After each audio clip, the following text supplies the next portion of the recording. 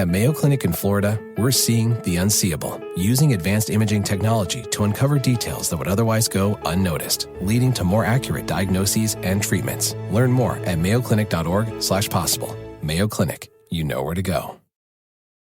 At the Alzheimer's Association Walk to End Alzheimer's, walking means so much more. It means fighting for a different future, for families facing the disease today, for treatments. Because when you take part in Walk to End Alzheimer's, you're not just walking, you're fighting to stop the disease. We're closer than ever, but to get there, we need you. Join us for the world's largest fundraiser to fight the disease. Register today at alz.org/walk.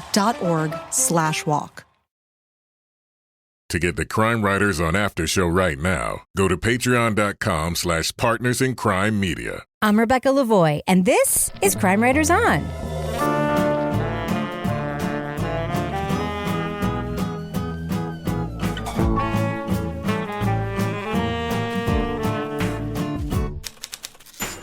Crime Writers On is the original true crime review podcast that digs into true crime, pop culture, other podcasts. And on this episode, a therapist discovers the mysterious clinic where she works is treating war vets by erasing their memories. We'll go back to our December 2016 review of the groundbreaking audio drama Homecoming. Joining me to get that done and more is true crime author, TV journalist, and host of the These Are Their Stories podcast, my husband and love of my life, Kevin Flynn. Hi, Kevin. Hello, Rebecca. So, Kevin. Yes. What are we listening to in today's Classic Rewind? Well, we're going back to December 30th, 2016. Wow. One of our oldest rewinds. We're going to review Gimlet's Homecoming, starring Catherine Keener and Oscar Isaac. R.I.P. Gimlet, right? Am I right? R.I.P. Gimlet. We outlived fucking Gimlet, Kevin. I can't believe it. I can. And this was great. I mean, I think... Listen, we didn't overbuild. We didn't hire too many people. We didn't hire A-list Hollywood actors to voice our little radio play. We didn't just make a public radio station and call it a company. You know what I mean? Feelings Factory. There's a cut, if you remember. From Reply All, basically my favorite thing. That make a Feelings Factory. Oh, I was on the side of this is not a Feelings Factory, personally. I don't know if you remember what that argument was about. I can tell you if you want. No, why don't we just get to... All right. Get our CWO Classic Rewind. And here we are talking about Homecoming. Let's listen. First off, a quick primer. Homecoming is a fictionalized drama. The main character is Heidi. She's played by Catherine Keener, who used to work in a mysterious program to help veterans returning from conflict zones reassimilate. The cast of the podcast also includes David Schwimmer as Colin, that's Heidi's boss, and Oscar Isaac as Walter, one of the soldiers in the Homecoming program.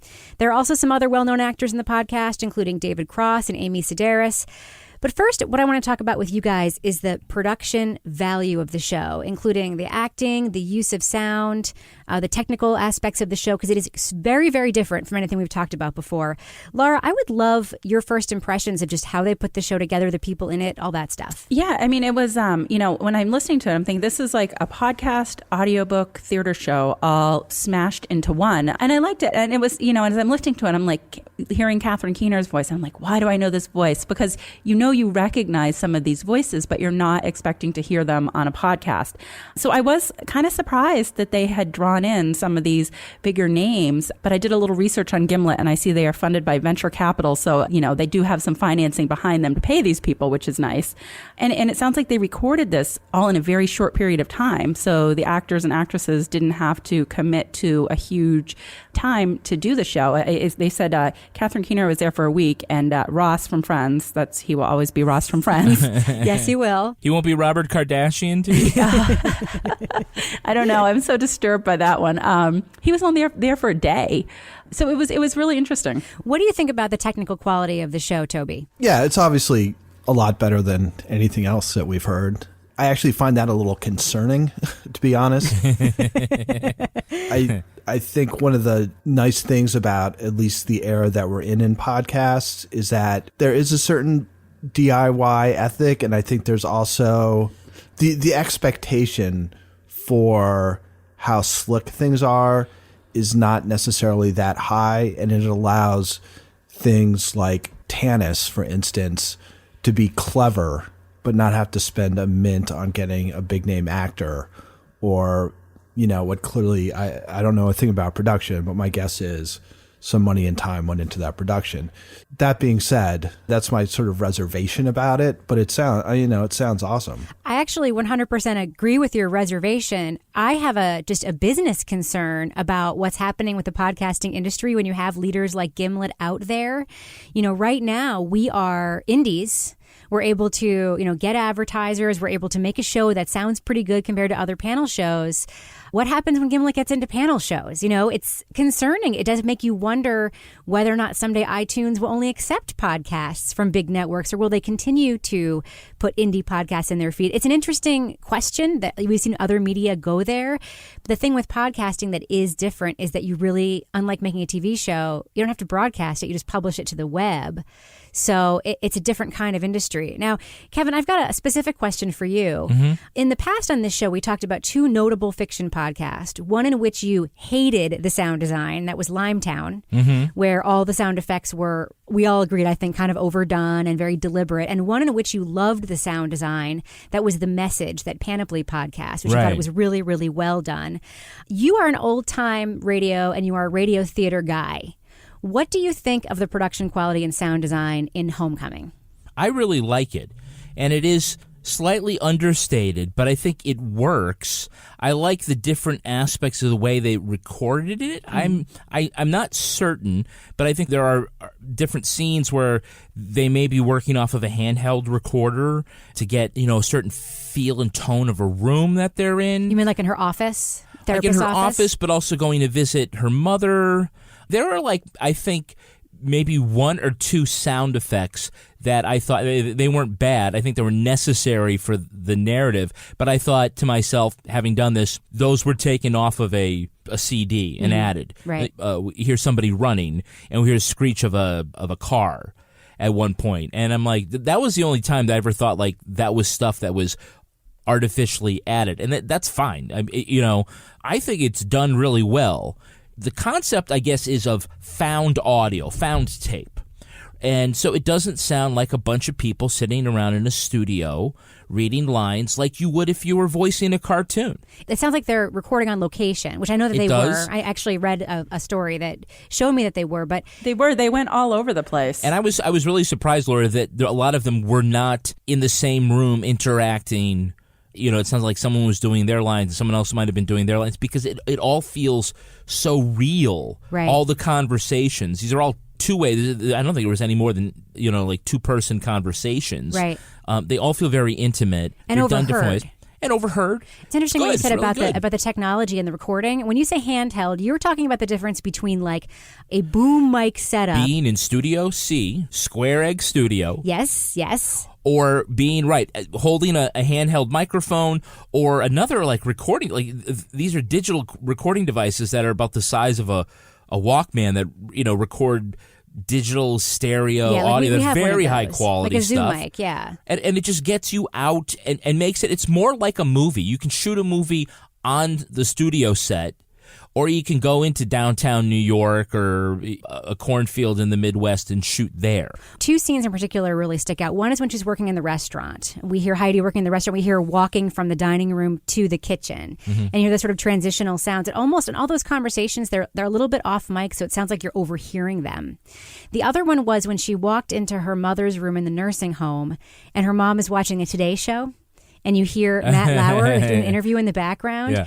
It feels very much like it would sound if someone was just holding a handheld recorder and just doing observational recording, following somebody around. And that is risky because it doesn't always sound good, but they've made it sound right. Mm. And I think that's really, really impressive. I just want to mention one other technical thing, which you talked about them being in different places at different times. Do you think that's what the fish tank was for? Was to help cover, to have a nice ambient track in the back of the office? No, they mixed everything perfectly. They don't. I know. The aquarium is both symbolic, and I'm sure it's also going to be a trigger going forward for certain things. Without no spoilers here, but I think that's going to come back. Now, I want to talk about the story structure of Homecoming. It's told in parallel timelines. There's no narration. Toby, what do you think of this kind of structure for a story like this? It's hard. That to me was the best part of the podcast, is that they've got multiple timelines. So you've got that going, and then you're trying to release information in ways that make sense and in both current time and past time to build one coherent story. There's a certain amount of information that the listener has that Heidi doesn't have, which heightens the suspense. It's a juggling act, and I think they pull it off really well. And I think you have the additional, hurdle to overcome, which is usually when you have these kinds of things, all the time when you have these kinds of things, basically, it's either in a book or in a movie or TV show. And there are cues in both those to let you know that you're switching in time. And they managed to do, there are some audio cues, like the way the audio sounds, but the whoop sound that they do in between the scenes. Well, it's switching, but you don't always know right away. Like when something starts happening, is this the present? Is this the past? Is this a tape of something that she's playing to Ross in the past? Colin. So I think they're good about, because there's never any voiceover. So you have to figure that out in the first episode. It's like, okay, these are the different times that we're talking about. And then so each time they do that little transitional thing, the first thing is, oh, okay, when is this?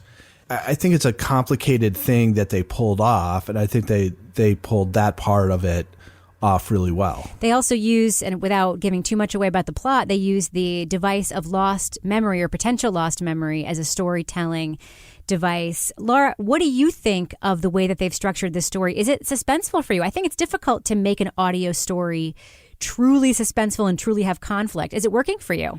I didn't find it necessarily suspenseful until we got a little bit closer to the end, and then it wasn't quite what I thought was going to happen, so it died out a little for me. But it took me a little bit. There was a couple times where, obviously I can tell Catherine Keener's voice, but there's a couple times I'm like, wait, which guy is this? Because they started to sound a little bit similar to me a couple times. So when they would then flip back and forth, you would hear a more distinctive, rendition of somebody's voice when they flipped between timelines a couple times. And I was like, oh, okay, I know who that is. But it definitely, without giving spoilers, once we got to the point where we realized that there was something that had happened to Catherine Keener's character to Heidi that had affected her permanently, that's for me when things started to pick up a little bit. Well, yeah, I think we come out of the gate knowing here's a woman who's a waitress, and then we hear that she had been working in some sort of test facility working with soldiers, and immediately we have to wonder, okay, why is she now a waitress once you figure out the timeline? And why is there somebody from the Department of Defense asking her about this time and she's not responding, and is she hiding something? And so immediately we sort of get caught in that kind of thing. Now, what do you think about the fact that Ross, David Schwimmer's character Colin, you're now just all calling Ross, most of his character appears in the form of... Whoa, I'm going to stop you right there. Yes. Heidi. That whole thing, what was great about that, I actually really liked the phone calls. Let's just explain what it is to our audience. All of the phone calls between Colin, the boss, and all the Heidi, dialogue between them takes place during phone calls. He's always in a phone call, and he's always doing something that's a distraction. Right. He can't find, the gate he's at, or he doesn't know how to work his phone, and he's in a taxi cab, and he's always... at a wedding at one point? He's always at a wedding, and there's always a problem that he has with the work that she's doing. And instead, it adds so much disorienting conflict with those two characters and the things that they're trying to do. I think it works fantastic. It just builds the tension, and it makes you wonder more about what's going on. And Colin is not milquetoasty. And I just think that that's a great way of making us as listeners know that this is a hard guy to please, and that, there is definitely something that she needs to be doing, and she needs to do it a certain way.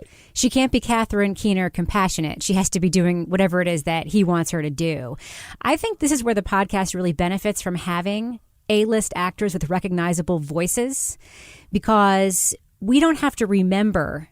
A great example is Tanis. There's a ton of characters in Tanis. And I know that sometimes we're supposed to hear a voice and know who it is, but I don't know who it is. It takes me a minute till I say their name for me to reorient it. But we know this guy's played by David Schwimmer, so we hear David Schwimmer's voice and we get that cue, like this is what's going on. You pick right up where you left off, very much like in a movie. Without going into that's David Schwimmer. Exactly. It just is enough of an audio cue so that you know which character you're listening to. I think, and I would love to get your guys' thoughts on this, I think the dialogue in this podcast is superiorly crafted. I don't know if part of it's improvised. It sounds to me like they told them what's supposed to happen in the scene and there was some improvisation, because the affects of the people, like Catherine Keener has a specific affect that they're allowing her to use in the podcast. She's probably the most wonderfully warm actress that's working in Hollywood. Like, you just love her no matter what she does. And that's really helps this character be somebody you can empathize with, because you know she was involved in something that was probably shady. You don't really know exactly what, but I think that really helps. But I think the dialogue is just really, really well crafted. The dialogue between she and her boss, there was that one time where he sort of capitulated to her, but their negotiations feel so real. It feels exactly like how it feels when your boss is telling you to do something and you don't agree.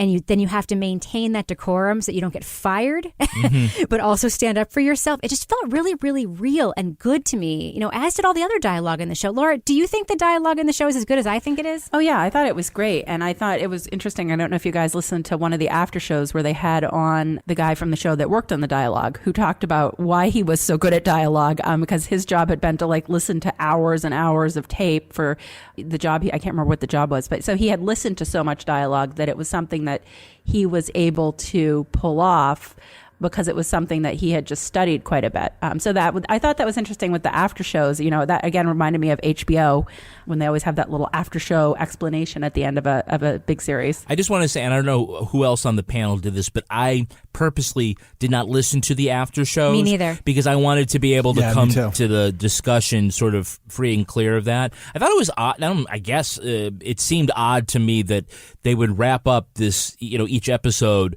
with their own discussion about either how it was done or what worked. It kind of reminded me of a chef coming out, sitting at your table as soon as you did the meal, and him explaining how much cilantro he used. You know what it reminded me of was my having to write a 3-page paper and having a page and a half. I mean, seriously. I mean, if it weren't for that stuff, these episodes would be like, 15 or 18 minutes. But that's fine by me. It's quality. No, I think it's fine. But to me, that I listened to the first one, I guess, and then I was like, if I keep listening, I'm either going to be agreeing or disagreeing with what people say, and I'd rather just have my own thoughts. But I think they should pull them out. I think they should pull them out and make them supplemental, optional listening, sort of like the addendum to Undisclosed. I don't think that everybody... Obviously, it's detrimental to us to listen to the after show because we might be mirroring some of the things that they say. And I also sort of feel like, hey, that's our job. We're supposed to be your after show, damn it. Well, that's what I was going to say. It goes to your earlier concern about what happens if Gimlet starts putting out panel shows like this, because they're already sort of doing it with us. Yeah. Hey, Gimlet. Yeah. Knock it off. Hire us, man. We'll be your after show. We're really good at it. Yeah. One thing that I want to talk about we haven't yet touched on is the story on Homecoming itself. It's certainly timely and topical. It deals with politics, war profiteering, issues with veterans. Also, some of our favorite topics, shady conspiracies and technology.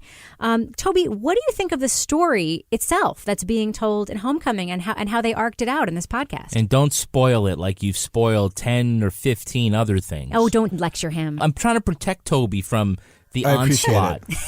I do appreciate it. So it was interesting. I was talking to a friend of mine about this, and I had two big concerns with this podcast. And one of them was, what they call the reveal, which is what's the underlying, thing. What's the underlying conspiracy? And if we can go to spoiler alert mode for a second. So I was telling him that I thought it was disappointing. When it happened, I was like, oh, really? That's it?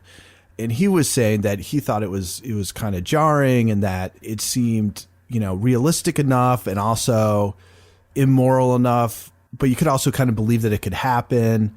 And so I, usually agree with his opinions on things. I think part of it is I wrote a partial manuscript that was similar to this. And so I did a combination of research and a lot of thinking and a lot of writing on a pretty similar storyline.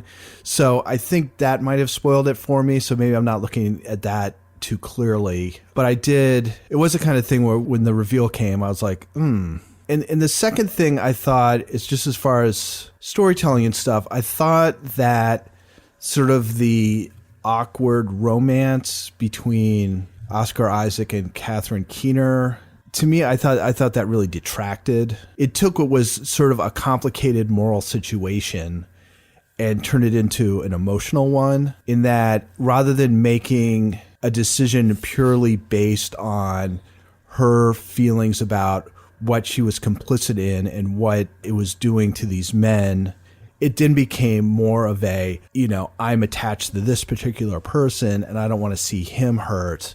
And so I can see why they did it, but to me, it detracted from sort of the larger moral issue that was out there. I didn't read that as romance at all. But isn't it at the end? I thought he's like constantly saying, I could stick around, Well, we don't know. We don't know. I read it as a therapist who feels that she has a legitimate therapy-client relationship, and she's being told that that's not what it's supposed to be. But her inner moral compass as a therapist is to go by those rules. I'm closer to Toby, though. I don't think it's appropriate. Yeah. But I think that's part of her ultimate motivation. I read it as being more about her than about them. That's I guess that's my thinking. I mean, I think either way you put it, it becomes more about her relationship with him than her, reacting to something that she's complicit in. Well, Oscar Isaac, he's no slouch. He's great. It's just the acting in this just really makes it. Yeah, it's a bunch of great things. The acting's so good. I mean, that's the thing. And while I was listening to it, and this is in no way a slam against some podcasts that I really, really like, but it's like if you're picking sides for a basketball team, you got Michael Jordan out there. Yep. You take them and your team is really good. We talked about this too, and I'm a big fan of other fiction podcasts. Like I love the Black Tapes and Tanis. I have a lot of affection for those shows. This one is superiorly acted and delivered, and the dialogue is better, and the situation in which the dialogue is delivered is natural and good. It's not like, and then we came to the studio and talked about X, and then you hear them talking about X. This is like, it sounds like overheard, intimate conversations that we're not supposed to be hearing, and it's just so well done. There's chemistry between the people. Ross is even believable as not Ross here and there. He wasn't very nice. Yeah, Laura, I'd love to hear your thoughts on the story, the characters, and the arc. What are you thinking? Well, I definitely felt like this was an ambitious project because it's something totally new. It's something that hasn't been done before. But I do think having recognizable professional actors in this took this to a whole different level. And it was something that I definitely sat down and just listened to the whole thing because it was so captivating. Now, Kevin, here comes a media story we've heard before. The rights to Homecoming have been acquired for television production. What do you think of this trend? We've heard this a couple of other times, that podcasts are becoming like books and that they are now the source material being developed for TV series. What do you think? Well, I think it says more about TV than it does about podcasting. This is obviously a superior product. And just because they acquire the rights, and I think we know this, that it doesn't mean that anything is going to get produced. Mm-hmm. But I don't know, I'm kind of surprised because we have about 3 hours worth of a story, and they're going to want to take that concept and make a TV show out of it. I don't know if it works very well as a production in the theater of the mind of an old-time radio show. I don't know how this would look on the big screen. There's not like gunfights, and there's not, so, well, there or the little screen, I should say. In the podcast, but there could be flashback scenes. There could be other ways to. I don't know. I think it's just. Did you enjoy Westworld? I did. That was originally a 2-hour movie, and you ended up Sure. watching 12 and a half hours of TV that came out of a 2-hour movie. So it has happened before, where a shorter production has turned into a fleshed out. Oh, yeah, sure. I just don't see this as like whiz-bang, CBS Thursday night after Hawaii 5-0 or whatever's on Thursday nights. Kevin, who's our next wonderful sponsor for this podcast? We're brought to you by Quince. Ooh, yeah. Yeah, whenever you're gearing up for your next trip, deciding what to pack is always so stressful, and the clothes that you have either don't fit or they're worn out and they just don't match, and you need to be refreshed because when you go on vacation, you want to feel great, so say hello to Quince. Seriously, say hello to Quince. Your new go-to for high-quality vacation essentials that you'll be packing for trips to come. Rebecca, you actually just surprised me with that nice seasonal accoutrement. Kevin, the linen stuff at Quince is incredible. Yeah. I've bought myself a couple of linen shirts, like the camp style linen shirts, and I tie them at the waist and wear them all the time. We were just on a car trip and I was like, Kevin, I wear this black one all the time. I think I should get another one in a different color. Did it right then. And I ordered one for you and you love it. Do you not? I do. I love my linen jacket that you purchased for me, so I look like I should go on a yacht. I don't know anybody with a yacht, but I really want to go on a yacht just so that Laser, I can yes. wear that. Yeah, all Quince items are priced 50 to 80% less than similar brands, and Quince only works with factories that use safe, ethical, and responsible manufacturing practices and premium fabrics and finishes. Pack your bags with high-quality essentials with Quince. Go to quince.com/crime for free shipping and 365-day returns. That's quince.com. That's QUINCE.com/crime. Get free shipping and 365-day-a-year returns. Quince.com/crime. Crime. So, Kevin, who's our next sponsor for this program? We're brought to you by Shopify. Ooh. So, Rebecca, okay, so I don't think I've ever asked you this, so we'll do a quick podcast crossover. Rebecca, who is your favorite Law & Order detective team? Favorite Law & Order detective team? Briscoe and Green. Yeah, I would also go, I'd go Briscoe and Curtis. Ooh. Yeah, because they are partners who get things done, right? They're able to solve the case, except, of course, the time when they arrest the wrong guy and it's McCoy who's got to bail him out.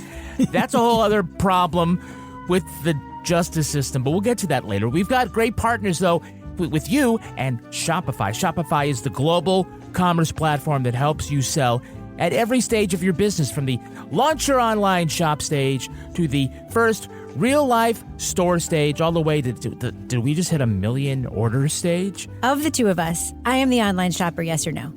You are. Shopify, I know the interface. As a shopper, super easy to use. If you are selling stuff online, get Shopify. It's just like a click and you are out of there.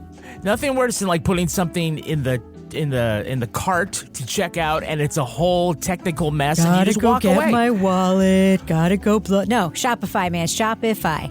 You lose that sale. Sign up for a $1 per month trial period at shopify.com/crimewriters. Crime Writers. All lowercase. Go to shopify.com/crimewriters. Crime Writers. Now, to grow your business no matter what stage you're in. Shopify.com/crimewriters.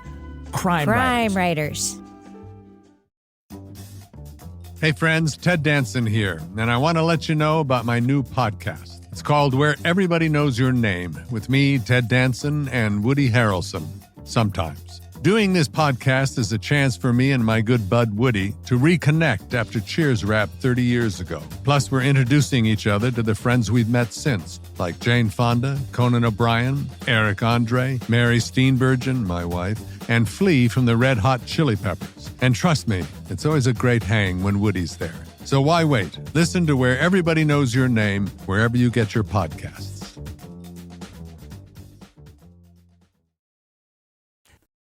First season of Homecoming is over. Would you recommend that our listeners take a listen?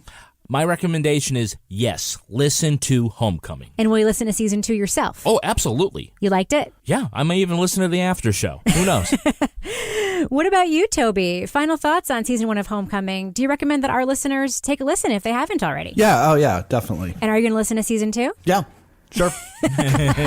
Well, what about you, Laura? I'd love to hear your final thoughts and whether or not you think our listeners should also listen to Homecoming. Yeah, I mean, I liked it a lot. I hope that season 2 comes out before they develop whatever they're going to develop for TV, because that would make me sad. Like Kevin, I feel like this is best heard as an audio story.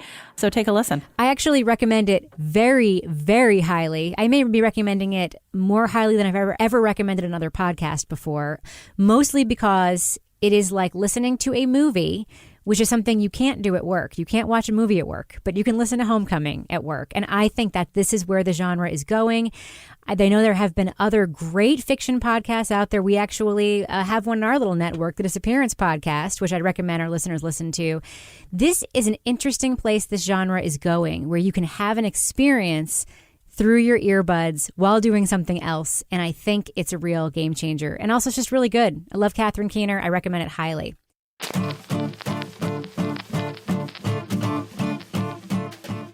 Well, that was fun to listen to. Yeah, I'm actually kind of disappointed how Homecoming sort of like this saga ended up. We had a season 2 of the podcast. Yep. Which kind of went off in one direction. And then we had a whole TV show. Yep. Which was an adaptation. Let's see who was in that. We had Julia Roberts, yep. right? And some other names. And then they did season 2 of Homecoming, which was like completely different characters, completely different. It was weird. Anyway, I thought what was great about Homecoming is it sort of was like one of these first real proof of concept shows where you could start to see the trend where people were looking at what was happening with podcasting as a trial run for, would this make a good TV show? Would this make a good movie? And that's how we have today all sorts of things from The Staircase to Serial to Limetown to a bunch of things here that did well as podcasts. Remember the show Limetown? Limetown, yes. Oh, yeah. And then we had the TV show. Jessica Biel. She masturbated so much in that. Well, I think she masturbated like once or twice, but you think it was so much. At least twice. But it was way more than in the podcast. Yeah, we didn't hear any masturbating in the podcast. Remember when at Limetown, it was the most popular podcast in the world after Serial. Yeah. Well, I mean, I think it was this podcast, looking back, really was sort of the start of a paradigm shift where this ended up being the financial model for a lot of podcast companies, that they were going to take a risk on something like this where they would not be making money forever, but that they might be able to make their money back with the IP. But what? Fiction podcasts have not landed, I think, the way that the corporations who make them have hoped they would land. Oh, they have to make better ones. You know why? Why? Because there's a thing called audiobooks. That's why. That's my opinion about why they haven't landed. Anyway. All right, Kevin, does that do it for us? It does. Let's wrap it. This show was recorded in Studio C, The Closet, in a New Hampshire basement, where we also eagerly await the release of Titanic 2, The Rising. On behalf of all the crime writers, thanks so much for listening. We will catch you later.